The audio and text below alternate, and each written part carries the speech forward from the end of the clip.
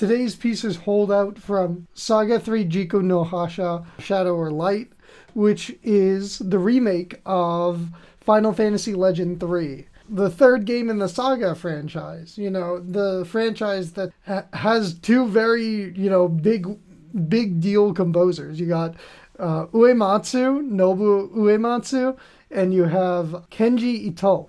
Ito and Uematsu are massively influential in the formation of many of the idiomatic ideas used in video game music in Japan. A lot of the storytelling devices were fundamentally established by their works, like the SaGa series and the Final Fantasy series and stuff like that. These are all massively important historical franchises to video game music, and understanding how the Japanese medium grew over time. These two composers are very fundamentally different in the way that they write music. Uematsu is a Frenchie, and as a Frenchie, he typically writes more harmonically intricate, complex, minimalist. By minimalist, I mean the thought of less is more in music, rather than the German perspective, which is more, right? You have a piece like Bruckner's symphonies, which are over an hour long, or some of them are over an hour long, and feature, the same idea over and over and over again in different contexts, in different ways. The Germans are the practitioners of the theme and variations. I mean, how many variations do you need? Yes. As many as we could possibly make, right? Because the more grander it is, right? And the Germans are also very famous for their dense contrapuntal textures, for their smooth voice leading, for their careful treatment of chromaticism, and their obsession with the dominant function, to the point where composers like Beethoven will spend 50 to 100 measures, like the whole second half of their pieces, on a single dominant function chord, which is not excessive at all or ridiculous in any way. Well, holdout comes from the German tradition rather than the French tradition, right? Because Ito is a German composer, or at least a German-Japanese composer. And he combines aspects of Japanese composition with German composition, which is a really interesting sort of take on the ideas presented in like the Japanese idiom when he started writing music in the 80s professionally. So Holdout is a good example of that, and we should take a look at it, right? This first part, we want to talk about the introduction before we go anywhere, because in a piece of music by Kenji Ito, the introduction is king. The introduction is super important in establishing the identity of the piece, and the last section always seamlessly transitions into the introduction. The introduction is the big, not the climax, but it's like the thing that restarts the whole motion of the piece. So in this case, it's a funk bass line.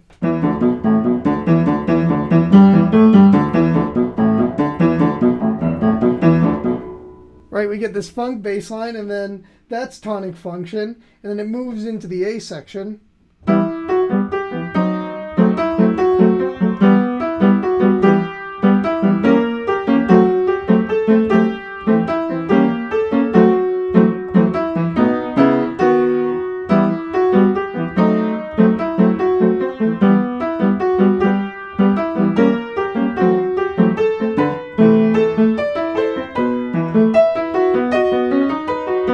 So you're going to play the next couple sections of the piece. Here's the B section.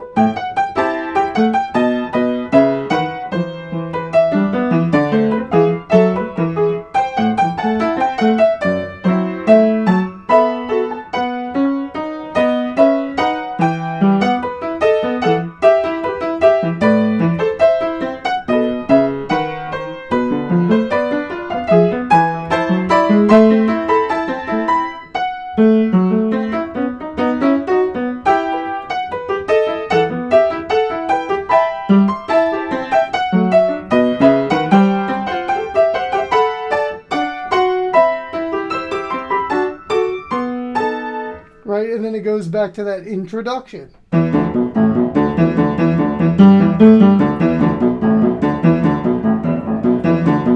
So that introduction is really like the big reveal at the end of the piece.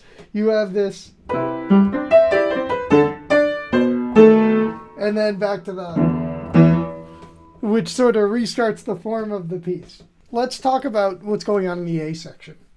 We have these diminished chords. So in the German practice, there's really two fully diminished chords that are commonly used in the practice. There's only 3 fully diminished chords possible, actually. There is a reason for that, because like if you go to the next one, that's just the first one again. It just rotated one note up. So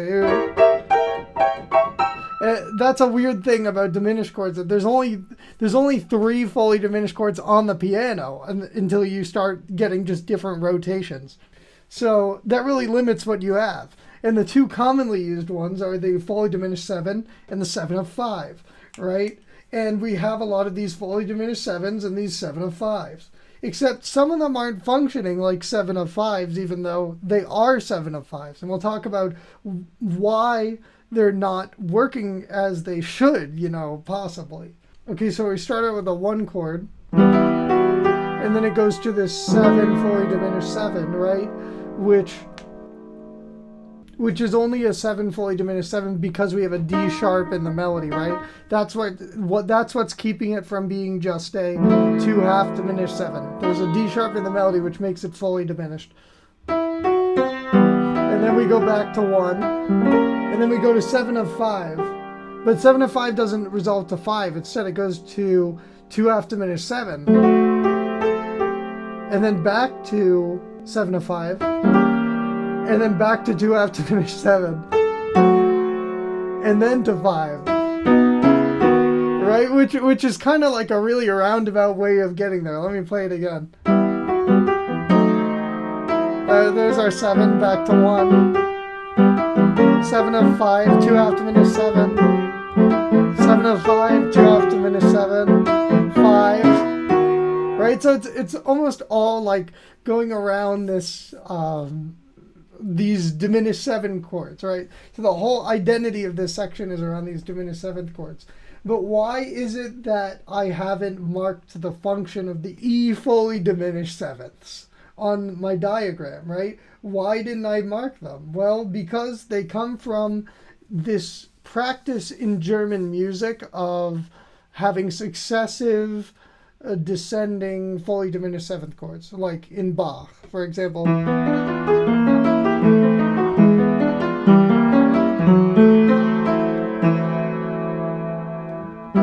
Or something like that, right? That's much more Bach sounding. But you can also do the half diminished and then maybe go to the 7, or half diminished, go to 5, and do that sort of thing. All these like little permutations of voice leading are all possible at the end of this sequence. And these are the chords that are going on here. The 7 of 5, if you see, moves to the 2 half diminished 7 in the diagram shown by the things that are highlighted in magenta. And the 7 of 5 moves to 2 half diminished 7 in our chord chart, which shows that we're dealing with the sort of like very end of this real sequence. And the things currently squared in red on the diagram are all the chords that the function doesn't really matter. And what do I mean by function not matter? How could the function not matter? Well, a thing that I might have said at some point in one of my videos, but I'll say it now if I haven't said it, is that the function of a fully diminished 7th chord is dominant function. Always. And that can't be the case in this instance, because if we make those chords dominant function, then we'll have red blue, and blue cannot follow red in German music. So how is it possible that we have these E fully diminished 7th chords, which should be red, and then they move to a half diminished chord, which is blue? Well, that's because this is not a functional progression. Just like the lament is not a functional progression, this is another example of a progression that is not functional. Because what functional means is that it's using the ideas of the relative and the parallel relations. Those are the things that make it functional. In this case, we're using neither relation, so they don't have to do with our circle diagram. This uses a completely different system of harmony than the relative and parallel relations that I have on my diagram. Just sort of show you what that looks like. If we go back to the circle diagram, you see that we have the P's and we have the R's. Those are the parallel and relative relations. So all this diagram tells you is how to deal with music that uses the parallel and relative relations. And if a piece of music is not using either of those relations, then this diagram literally does nothing for you. This is a difficult thing for a lot of theorists to understand.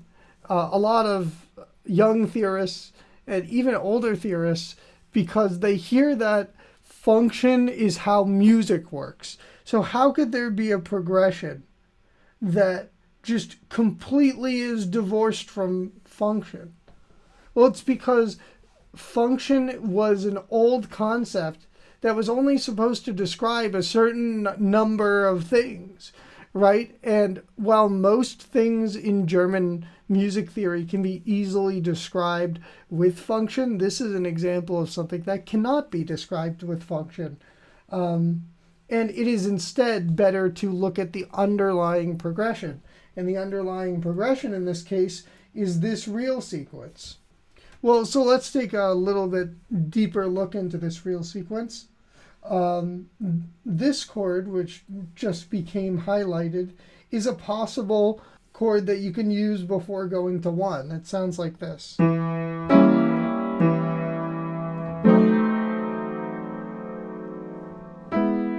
Like that. Or instead, you could use this one.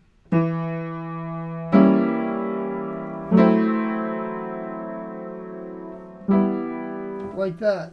And that's exactly what Kenji Ito does. He uses, and then he goes to 1.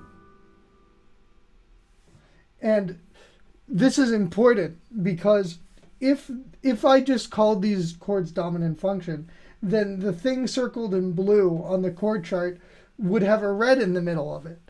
I mean, if we look at the start of the A section, we have tonic function with the red in the middle. And then, but that's fine because tonic function can go to dominant and dominant function can go to tonic. But it is a problem if there's a dominant function chord in the middle of two predominant function chords, because that would cause what is called in classical music theory a regression, which should not be allowed. But in this case, it is allowed because this is part of a real sequence. And real sequences do not need to follow function because they are extra functional progressions. That's because in a real sequence, there is something that's more important than function. What does that mean? More important. What could be more important than function? Well, if I compared it to like another real sequence like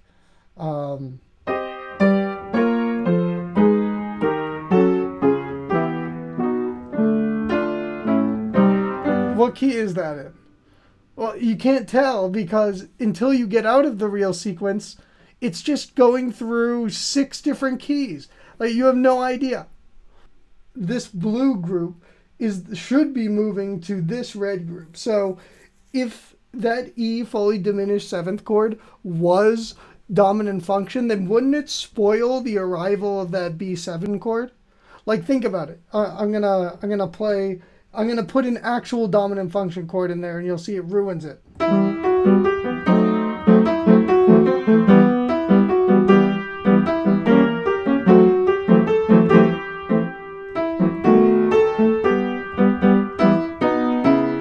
Doesn't that completely ruin it? It's like ruined. It's completely ruined.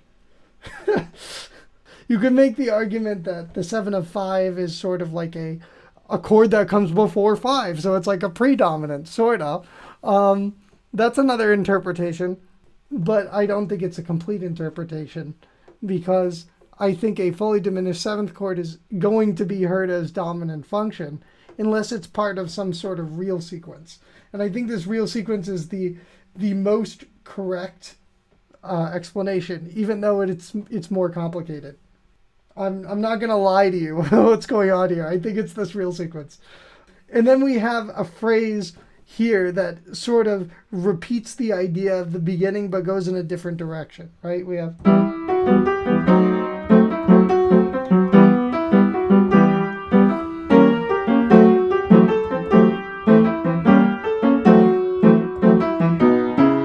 And then we get this new one.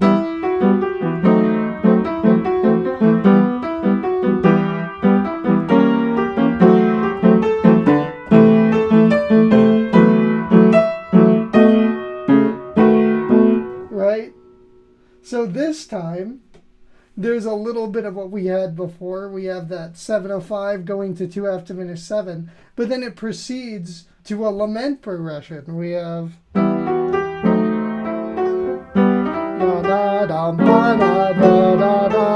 And then here, we step down in the bass and do a lament progression. And this is a very classical lament. It's not a very Japanese lament. It's a super classical lament. It's 1, 1, 4, 2, 4, 6, 5. That's an incredibly classical sounding lament. It's not a very Japanese lament at all.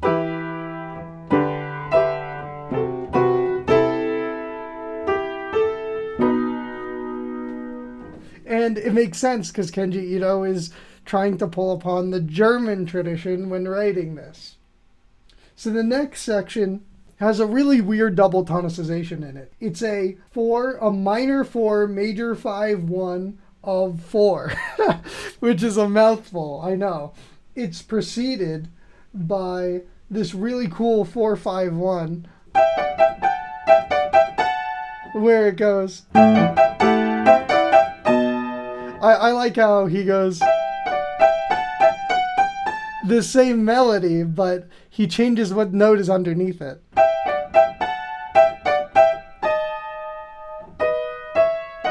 Right?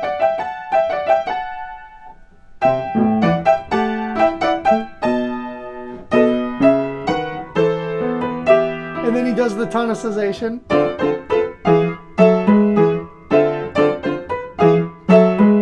It's kind of a cool tonicization. It's kind of wacky.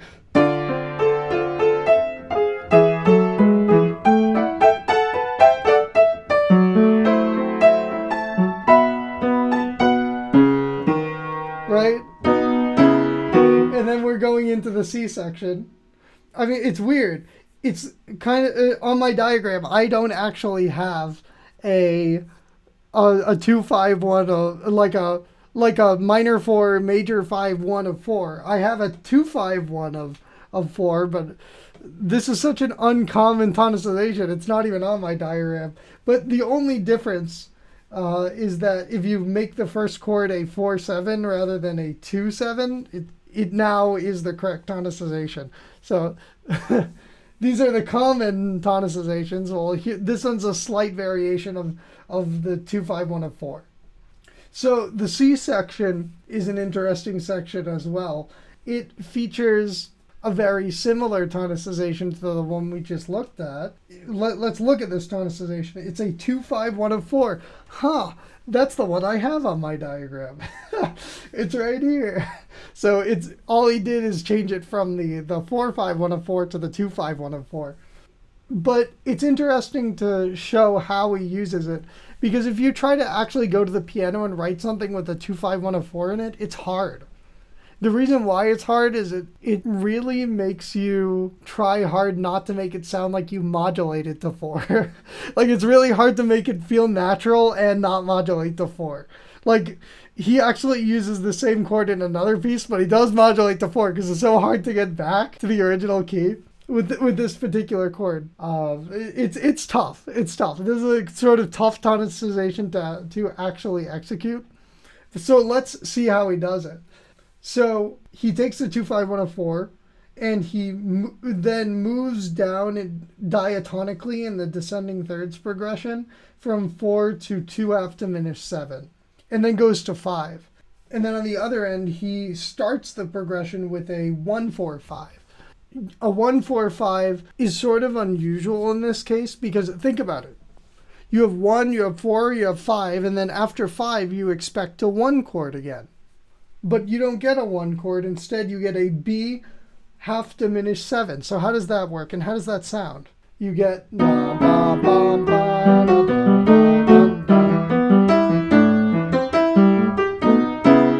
right, and we expect to go here, right? But he doesn't do that.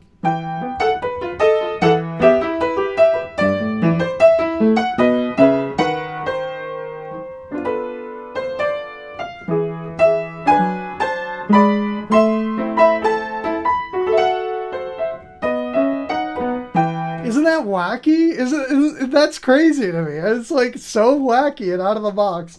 I'll play it again.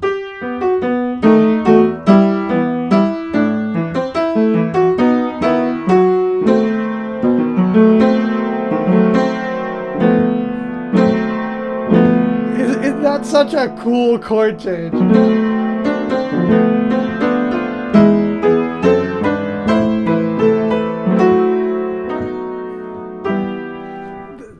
That's like a masterful way to execute the 2-5-1 of 4. So he does this a 1-4-5, which makes you expect a 1, but you don't get a 1. You get this bizarre 2 of 4, and it kind of throws you off. Like when it comes on.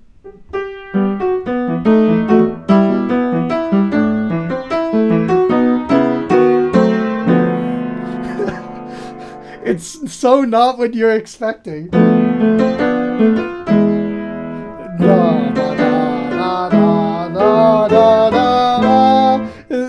That movement to 4 is so strong because a 2 chord is the strongest way to emphasize a key is coming up, right? You give them the 2 chord, then you give them the 5 chord, and then you're really ready to hear that 1 chord. And now you're on 4. Right, 4, and then it drops down diatonically to 2, and then we get 5, and then back to 1. It's so cool. It's such a cool way to implement a 2-5-1-0-4. Sort of like a bunch of things in this piece. Like it catches you off guard and it moves in a direction that you're not ready for, right? Just like the...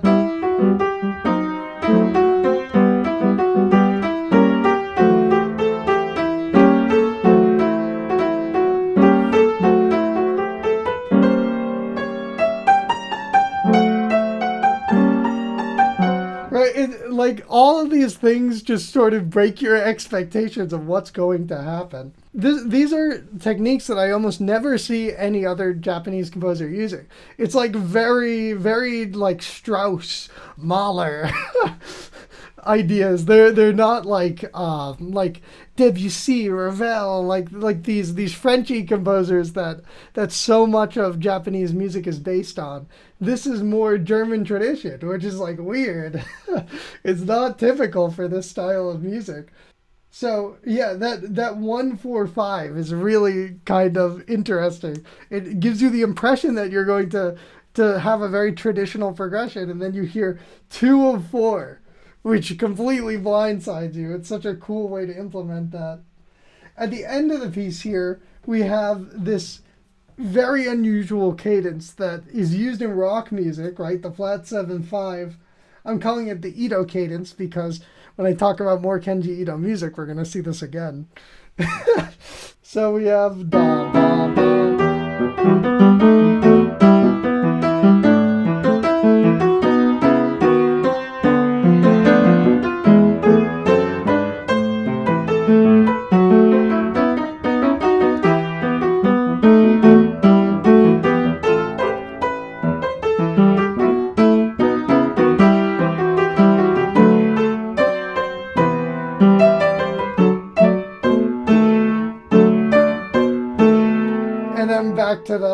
the introduction.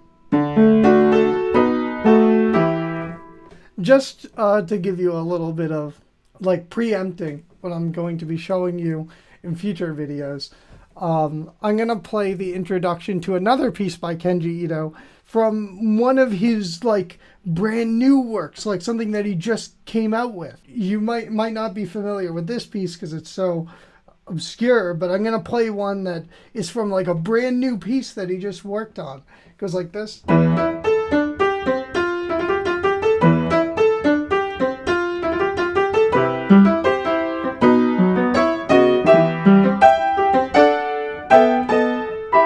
Right? You have flat 7, 5, 7, 1. It's the same idea.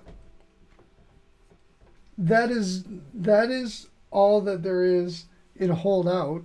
There's an introduction sequence. There's a bunch of diminished seventh chords moving downward, where downward motion is the phrase. I mean, so in this A section, the first half of it is like playing around with this descending real sequence, and the second half of it is a lament, which are both downward progressions. So I think that this A section, the whole point of it is going down.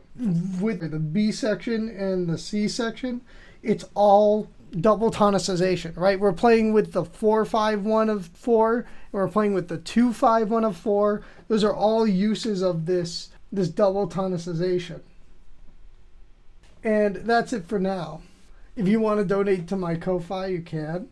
Other than that, good evening and see you in 2 weeks.